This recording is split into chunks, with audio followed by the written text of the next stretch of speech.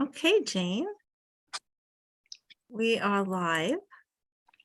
Okay, so thank you so much. It's just about 7 o'clock and on September 12th, and we wanted to welcome everybody to our first executive board meeting of this year.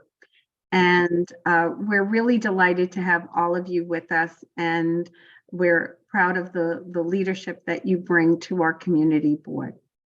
And of course, we are always led by our wonderful district manager, Josephine Beckman. Thank you, Jane. So team, Jane asked me to put together the agenda for tonight's meeting kind of in a PowerPoint so we could just go through a few issues, getting ready for I cannot believe the 2023-24 session. It seems like June was yesterday, but here we are. And so there's been a couple of changes to the committee chair assignments. Jane has appointed Stephanie Simone Mahaney as chair of the Zoning and Land Use Committee, Jack Zhang as chair of the Traffic and Transportation Committee, and Barbara Buchalter-Pollock as chair of Youth Services, Education, and Libraries. So all the other committee chairs, as you know, you're here.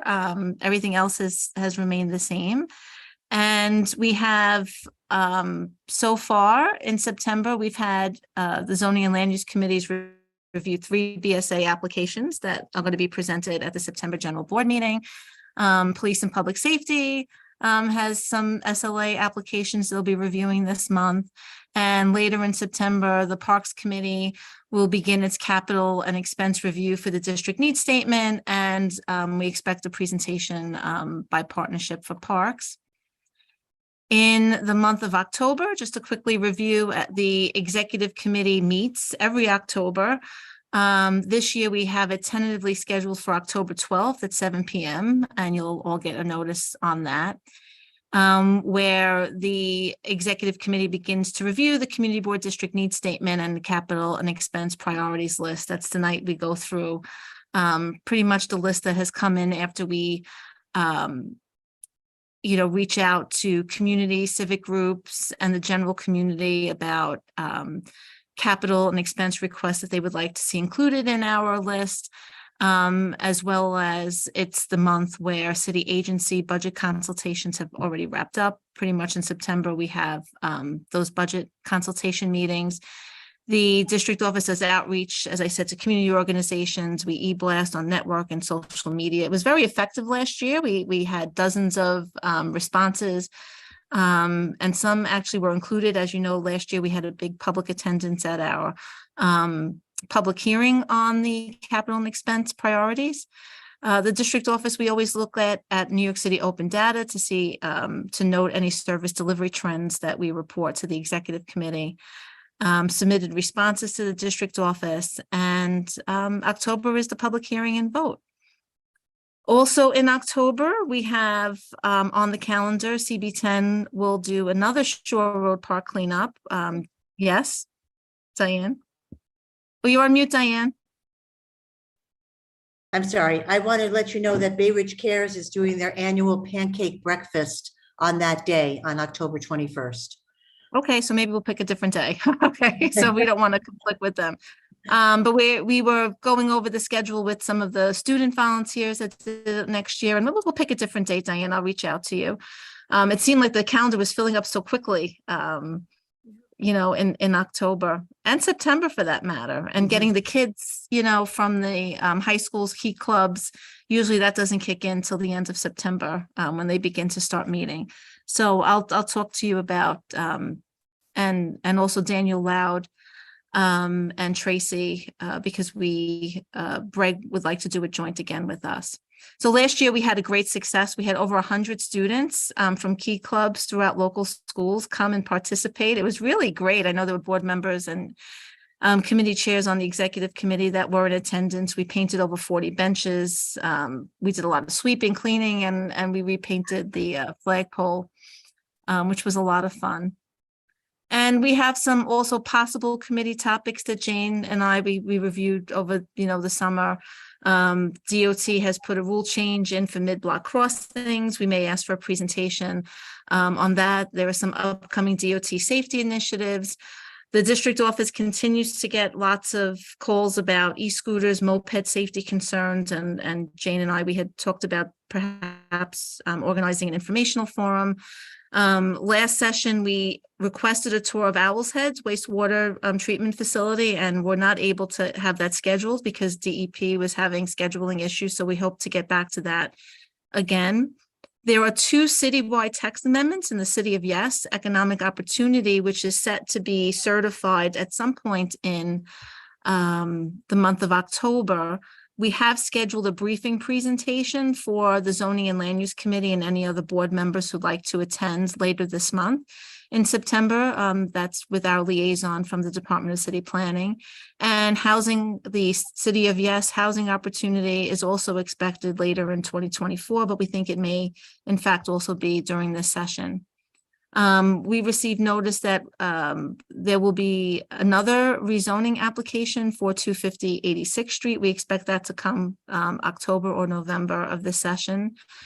We plan to have a committee update on 6200 8th Avenue with the Department of City Planning presenting a response to our letter of last session of April that they have not yet responded to, and the Angel Guardian Home landmark and future landmarking in CB10. And the Department of Sanitation, as many of you know, has announced a new composting curbside organics rollout. I know the Environmental Committee had a meeting about that rule change. That's actually happening October 1st. So we thought it would be nice to have DSNY come in and kind of review what the rollout's going to be, and more details about the program and how we can help get the word out to for greater participation within the Community District 10 area. And also, each year committee chairs also have the opportunity to submit community topics that they would like to see during the session. So we encourage you all to do that as well. And then next we have committee meeting protocol for committee chairs. Jane has asked me to put this together. I realized when I looked at the last session, a lot has changed really since, the last time we distributed this because the world changed during the pandemic. But generally for new chairs, and just a reminder for existing chairs, that all agenda items are placed on the agenda by the district manager at the recommendation of the community board chair. If you're having difficulty reaching a quorum at your committee meetings, we'd like to nip that in the bud early and bring regular absences to our attention. And committee reports is always fun. Your homework, but we do appreciate receiving that in advance of the general board meeting, so we can get that together for the minutes. And scheduling committee meetings is probably the most difficult part of our job here in the district office. So just reminding you all to respond to calls or emails regarding scheduling of meetings. And running an effective committee meeting, the committee chair should just introduce themselves, state the agenda of the meeting, explain the order of business.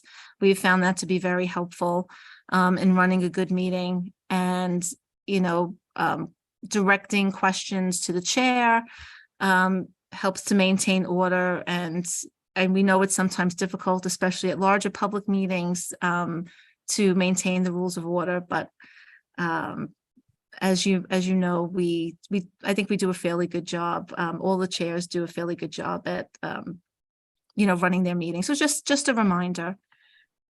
And Jane, I think that's what I have to this point. Do you have anything to add?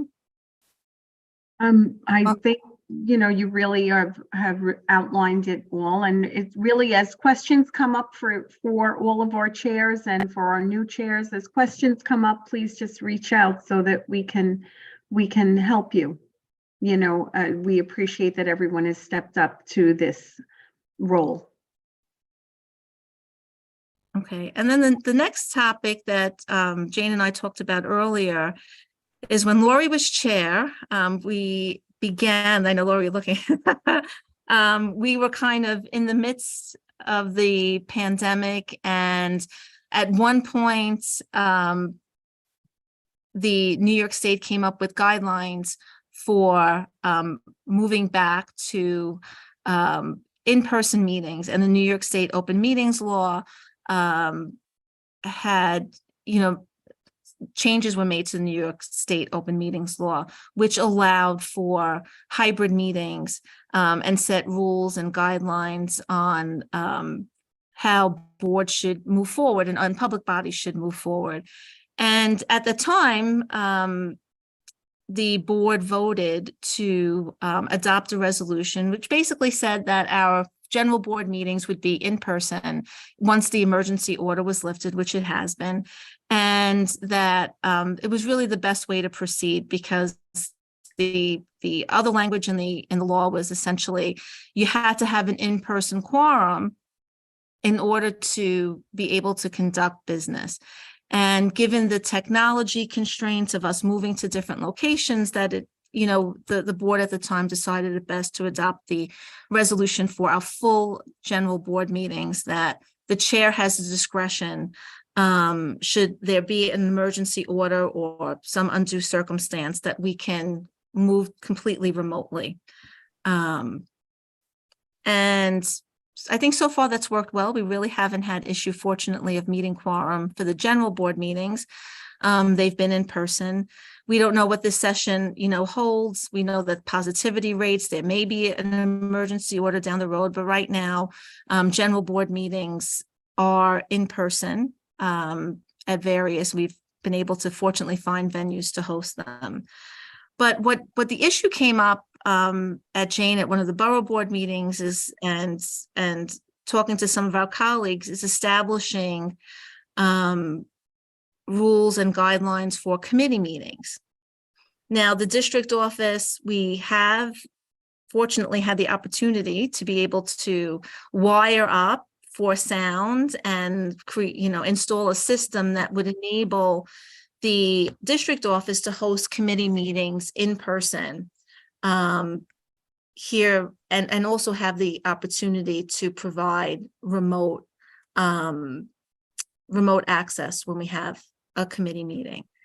But we were told by Borough Hall that we really do require, in addition to our motion and our resolution that was adopted for general board meetings, a separate motion would have to be created for committee meetings to proceed with a hybrid format. And it's still a little confusing to me, and Jane and we talked about this earlier. So I'm going to share my screen again. Committee, let's see, here it is. Okay, so this was the motion in June of 2022. CB10 adopted the following motion addressing the ability fully remote meeting for general board meetings. And the motion of the board was Community Board 10 adopts a resolution and declaration that the chair, hold on one second. My internet just went out. Has the option to call a meeting remotely in the event that, due to a New York State or New York City declared state of emergency or a circumstance arising from same, the board is unable to conduct its business. So the chair pretty much has the ability to call a fully remote meeting should that circumstance arise. We're being advised that we should now adopt a resolution pertaining to committee meeting hybrid protocol. So the guidance from New York State Committee on Open Government requires a resolution for hybrid meetings. It can authorize remote attendance and must establish written procedures that set forth what the public body determines to be extraordinary circumstances. The law includes examples of disability, illness, caregiving responsibilities, or any other significant or unexpected factor or event which precludes the member's physical attendance at a meeting. Chapter 56 states that members of the public body shall be physically present at any such meeting unless such member is unable to be physically present at such meeting due to extraordinary circumstances, which is kind of really vaguely defined. A public body may, in its discretion, allow its members to participate remotely under extraordinary circumstances. And so long as there is a quorum of members gathered at a physical location or locations open to the public, at locations that do not allow for in-person attendance by the public must be allowed to participate in the hybrid meetings. So pretty much the hybrid meetings that we plan on having is to have representation at the district office. We would publicize that the meetings would be open to the public if they chose to attend at the district office or remotely by providing the same registration link that we have, when we had strictly Zoom meetings by the board. The hybrid meetings, some community boards are requiring that or really encouraging that in-person committee member attendance for their committee meetings, and others have established protocols. I've seen some meetings having fully remote, that are continuing to have based on if they're just solely informational. I put a sample of a resolution for, Laura, you have your hand raised? Lori? I'm gonna reserve. Oh, okay, all right. I'm sorry, I didn't mean to do that. I put it up and then I took it down. No, that's okay, that's okay. I apologize. So this was a sample resolution for a hybrid meeting, whereas CB10 Brooklyn shall comply with all relevant aspects of the open meetings law and its conduct of hybrid committee meetings. And whereas CB10 Brooklyn will hold committee meetings in a hybrid format at its district office located at 8119 Fifth Avenue. And whereas CB10 requires members to be physically present at any such committee meeting unless such member is unable to be physically present due to extraordinary circumstances, including disability, illness, caregiving responsibilities, or any other significant or unexpected factor or event which precludes the member's physical attendance at such meeting. Requiring members of CB10 attending virtually to be heard, seen, and identified while the meeting is being conducted, including, but not limited to, any motions, proposals, resolutions, or any other matter formally discussed or voted upon. And by including in the public notice of CB10 meetings a statement that video conferencing will be used and where and how the public can view and or participate in such meeting. And therefore be it resolved, CB10 Brooklyn will move to hold hybrid committee meetings consistent with the New York State open meetings law. So where I think we struggled with, moving forward with the availability of hybrid committee meetings has really been with when we had in-person meetings before the pandemic and we didn't have a quorum, we had a second from the floor. So if we don't have an in-person committee meeting, would the same hold true is really our question, because many board members do prefer the the ability to have the remote option, and it does, I think, improve attendance and availability. And I think we're happy to host the committee meetings in the district office because we now have the capability, and it's quite easy to do that. Other boards have done that. The only question I have that I would seek guidance on is if there is not an in-person quorum, how do we proceed with motions and et cetera? I just want to make sure that we're clear on that. Lori? Yeah, we've looked at this previously, Right. and I guess still keep running up against the same question. And, I know that there's been memoranda issued, or whatever you want to call it, guidelines issued by a borough board, and we've read the statute and we've read the interpretations, and I still have, I mean, I think the way that this motion is written is great, because in all cases, it permits us to comply with the law, right? So it says, well, if CB10 is inclined to have these kinds of meetings, you can do so as long as you meet the criteria. And when we finally really nail down exactly what those criteria are, great, we can do it. But I think that it poses, it always for me. And so basically what I'm saying is I would be in favor of such a resolution by the board, but I've always run up against the practicality of it. So you say, okay, there's, a circumstance, whatever it is, that, some extenuating circumstances that make this an appropriate manner to hold the meeting. So you have a committee meeting and you say it's going to be a hybrid meeting. The law, if you just read the language, the open meetings law says you can only have it if you have a quorum. So now you've sent out your notices to the public saying we're having this hybrid meeting or whatever.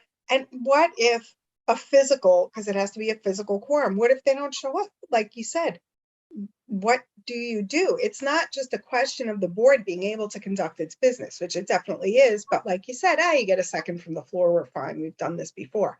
Right. The problem is, what happens to the propriety of having called the meeting that way? Because you've no longer met the criteria that allows you to do it. The law says you have to have a physical quorum. Well, what if we don't? Oh no, now we're having a remote meeting and we're not allowed to.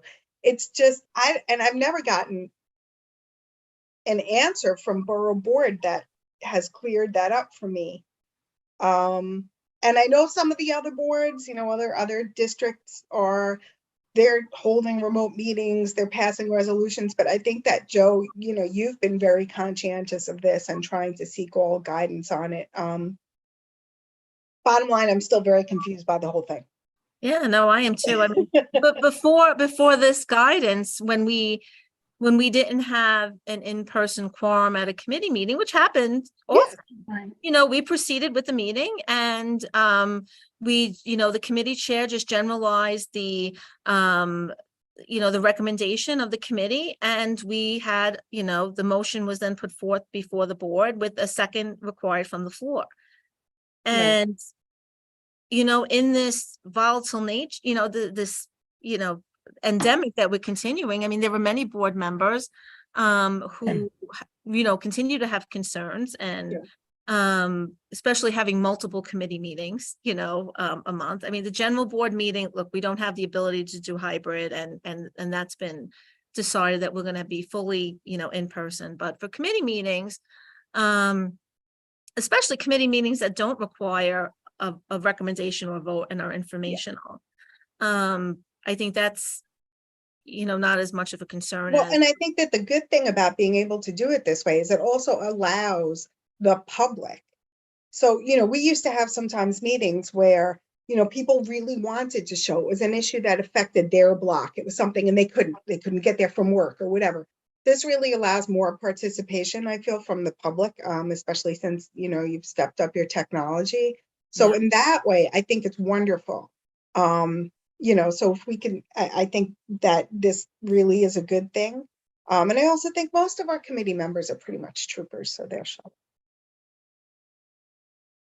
Hey, Joe, I have a question. Yes. It seems like a fairly specific list in terms of, you can be excused for all the items listed, but is there any requirement that the board actually document why the person is not attending? To No, memorialize it? I think the requirement is only whether the board member attended remotely or in person. So there's no requirement to say why the board member was attending remotely. I think it says that there are certain circumstances where a board member can, but I think it's very vague. It's defined in the statute as extraordinary circumstance, but that can be any circumstance. That, I mean, it's how the body defines that. I mean, who am I to say if someone has has a cold, is feeling like they're under the weather, honestly, I don't think they should be, at an in-person meeting at this, Right. given, other health concerns of members. So But no, my only, the question really, we do not have to document specifically why the board member is attending remotely. In other I words, we don't believe have to so. list, okay, I mean, I didn't see it there, but, okay. It seems to me that they've left the categories vague for a reason so that, you can pick a category like caregiving. If you're saying I have caregiving responsibilities, that could be a bunch of different things. I mean, I don't know, do we list all of what's mentioned in the statute and then put a check mark next to, what the board member says? Yeah, I mean, I don't know. I'd like to go back to something you said, Josephine, about notifying the public in terms of this type of hybrid meeting. And so would this require the district office in verifying how many committee members would be in attendance physically prior to letting the public know about this meeting? So that we would know No. whether it's a viable meeting or not? No, the way I envision it happening is that we announce that it's a hybrid meeting on our meeting notice.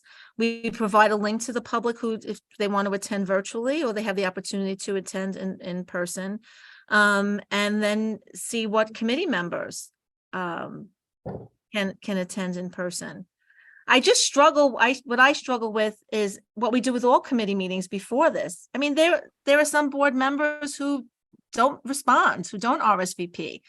So I've never known if I'm going to have a quorum, the board meetings. Yes, the board meetings, we make sure that we have a quorum before we head in. And if I have a concern that we're not going to achieve quorum, I'm picking up the phone or I'm going to send out an email blast saying, hey, everyone, let me know because I'm concerned, because we know at a full board meeting where we have a public hearing, we cannot convene and proceed with the business of the board.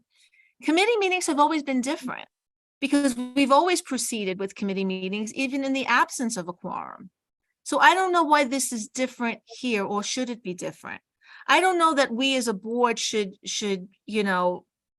interview or screen board members. If they have a circumstance where they cannot attend in person and want to attend remotely, I think that's okay. But I want to also be compliant with the law, so I'm not sure. Joe, I think that, wasn't it, I could be wrong, it's been a long time since I've looked at this. Wasn't it that if you were to count the votes of the members attending in the hybrid fashion, you had to have a quorum physically? Correct. I think that is the distinction, so that, I mean, again, and if you had I guess that could go whether or not a motion passes or not, right? Because you have to get a quorum of those in attendance. And if you're counting the people who are remote, it would make a difference. But like you said, if you have a quorum in person, you're fine. And if we don't hit the quorum in person, I kind of feel, then I think that maybe the way it comes down is that all that means is that those attending remotely, those board members attending remotely, their votes won't count. So we just will fail at a quorum completely and it'll go to the full board. Maybe that was the intent. I think that makes more sense to interpret it that way. That makes sense to me. And as far as, the members of the public, it doesn't matter. I'd say really whether they get to voice. I mean, we read emails from the members of the public who don't attend. We read, they sometimes, you'll say, oh, someone walked into the office and told me this. So, I think in that way, I don't think it where the chips will fall on this for committee meetings, I don't think it'll be all that different. I do agree with Dean that, there has never been any definition of what's an excuse, right? And then, look, we're all volunteers here. You don't want to be getting into someone's business saying, gee, well, I don't really think you had a doctor's appointment, or whatever. Right. I'm not, do we get a note from their mom So, but I do think, on the other hand, having, when I was chair and considering this, there are those who may never show up. Who'll abuse it. But my question was always, well, who is the ultimate arbiter on that, right? Is it the chair? Does borough board have say over that?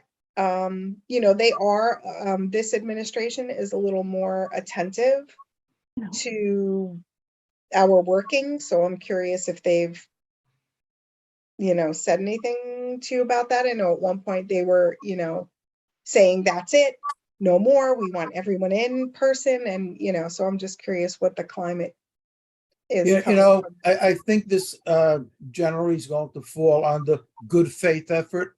I think as long as we're making a good faith effort to comply with the rules, that's fine. We can't be responsible for members that don't take it as serious as some other members.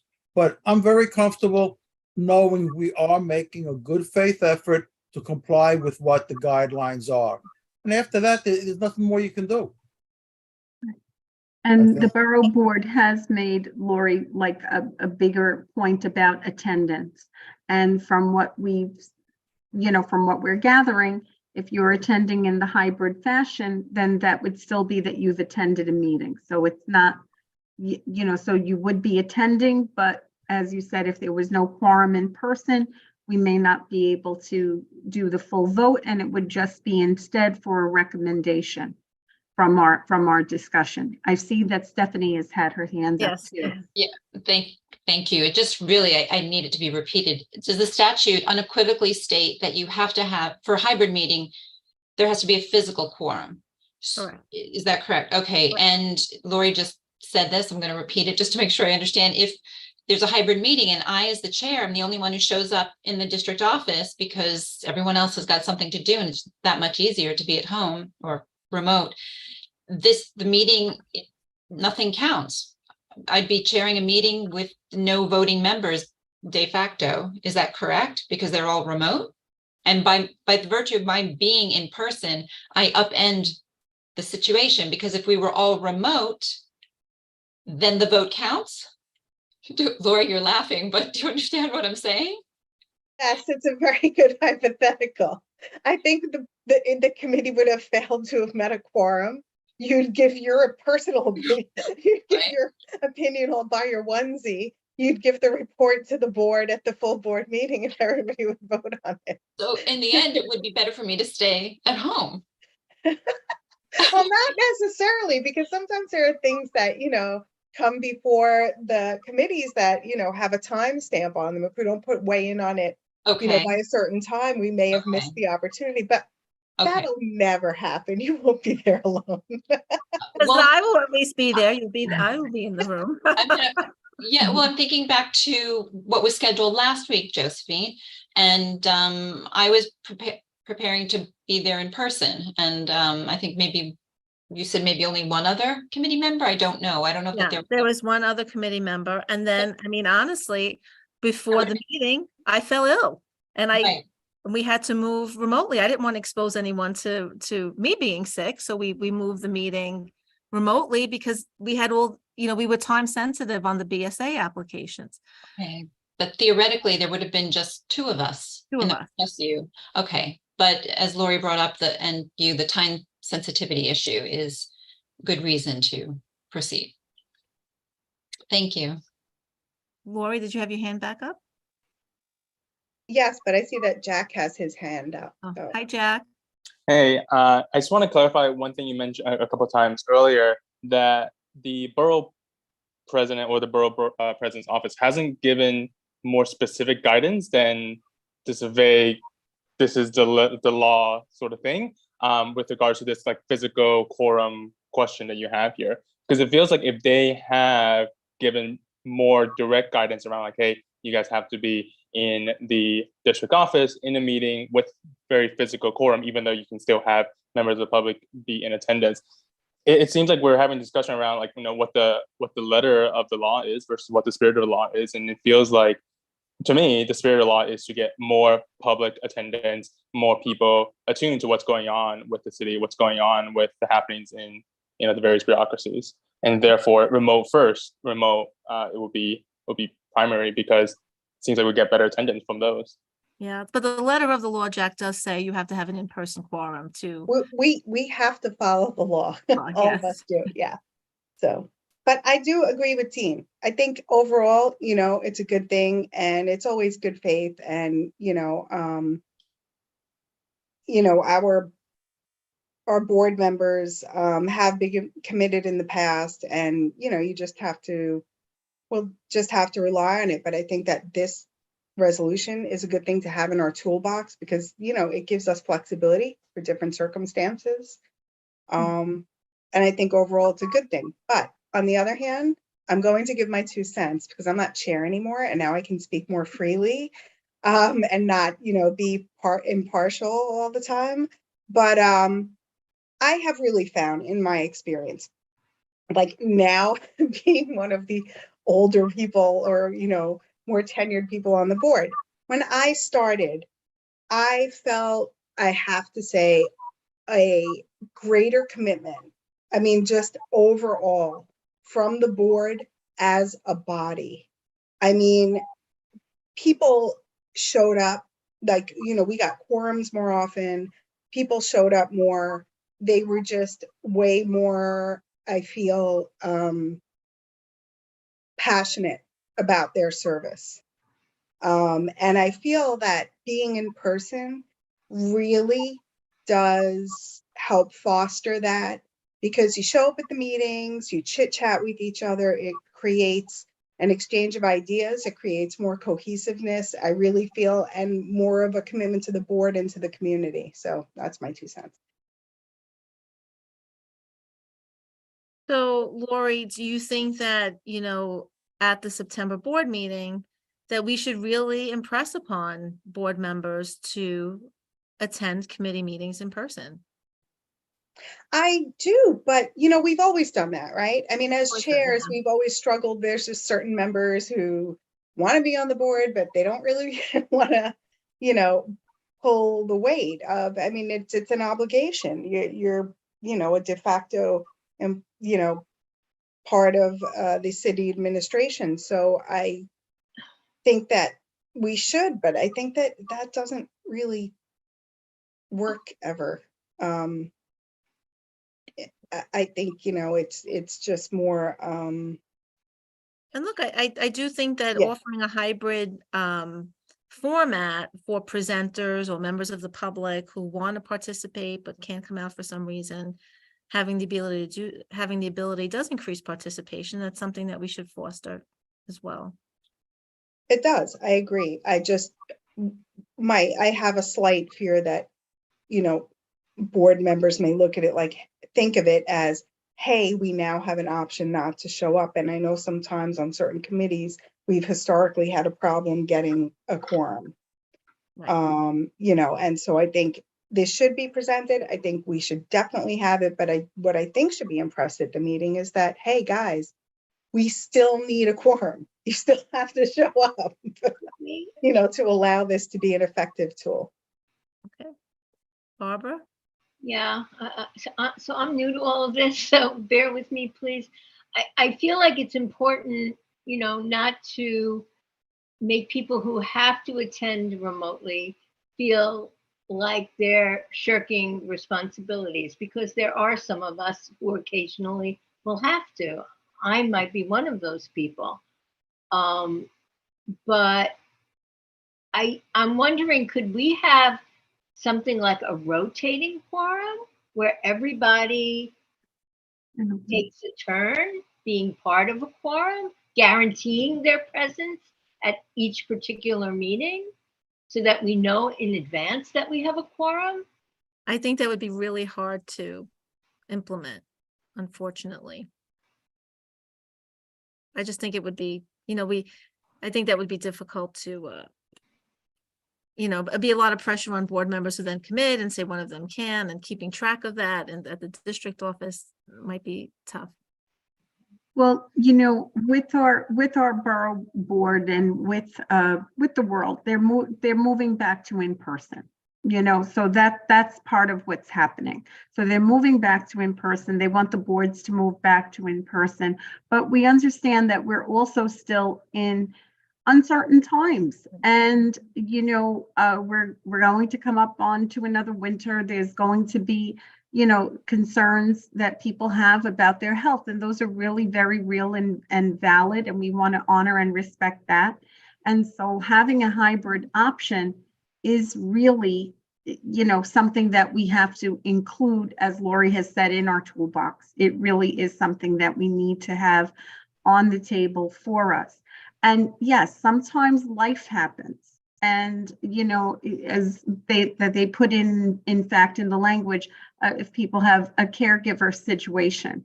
And, you know, I'm sure there's parents and grandparents on the call who have had the emergency child sick, and so you can't get out, or, you know, and so we want to be understanding of that as well. As far as the, you know, the weight of the meeting, the way it's been put towards to us is that the quorum has to be in person in order to have that vote. If we don't have that quorum in person, it's my understanding that we could still have the rich discussion that we have in our committee meetings to at least be able to put forth a recommendation. And then we bring that to our larger board meeting so that we can move the issue forward. So we're really trying to balance what we have, what's been put in front of us, and come up with something that could be workable for all members of our board. Yeah, I think we stated earlier at the September meeting, we have to emphasize, if you can attend the meeting, please attend the meeting. Don't sit home because it's easier to do it by Zoom. If you have a legitimate reason, that's fine. You know, as you said, life happens, but the emphasis should be on, if you can attend, do attend. Right.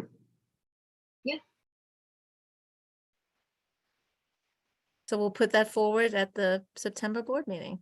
Yeah. Sandy? I think another thing that we should emphasize is that we all took an oath when we became part of this board to do the business of the board. And I understand that with COVID and it changed our world around, but to use the internet now to not attend meetings, especially when you can, I think it just sends a wrong message. We all know, you know, when we put in our applications to this board, we all knew that we were going to roll up our sleeves and do some work. And I think that's another thing that we should emphasize to the board, not to forget the oath that we took to this board and the work that this board needs to do. That's right. Sandy showed up with COVID to a hybrid meeting during COVID. So there you go. That's commitment. Okay. Jane, that's all we have on the agenda this evening. Anyone else? Yeah, we didn't know if anybody had any questions or concerns or thoughts that they wanted to share.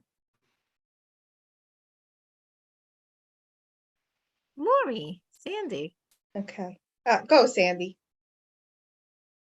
Oh, no, he had it up from before.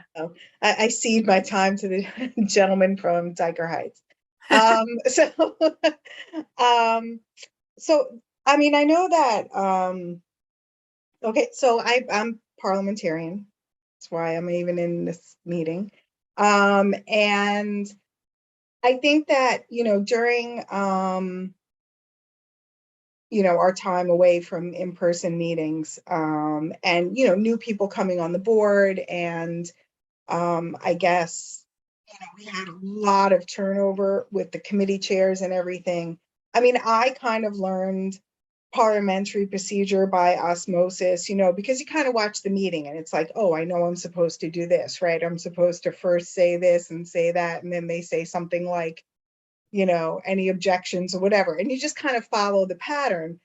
But you know, when I became, what was I, committee chair of whatever I was, I I basically Public was like, safety? yeah, I like went over, yeah, I went over to the office and I was like, oh my gosh, I don't know parliamentary procedure. Josephine, give me this book and whatever, you know, and read up on it.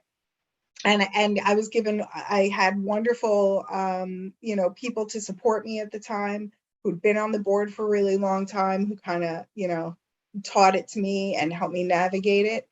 And I think that one of the things we should be reminded of, one of the things I found extremely helpful, because Robert's Rules is a ridiculously boring and convoluted tome, is that they have a very simplified on the internet. It's one of the things that the city puts out. It's like an itty bitty pamphlet of parliamentary procedure for community boards. And it's very much abridged and it's really simple, but I think that maybe it's something we should just email out. Okay, I think we used to do it a long time ago, because it's like a very, it's really easy, and, you know, somebody can learn it really quickly, and that, you know, then they can follow the procedure, because I've seen, you know, just we've kind of moved away from that. And not that, one of the things that that document says is that it doesn't, you know, if you don't follow the parliamentary procedure, it doesn't like negate your vote or anything, but it really, you know, should try to be adhered to, just, you know, for purposes of an orderly meeting. And I think that's something that we've moved away from greatly. And I think Jana already put it in the chat. Yep. Thank you. that's it. I will send that out.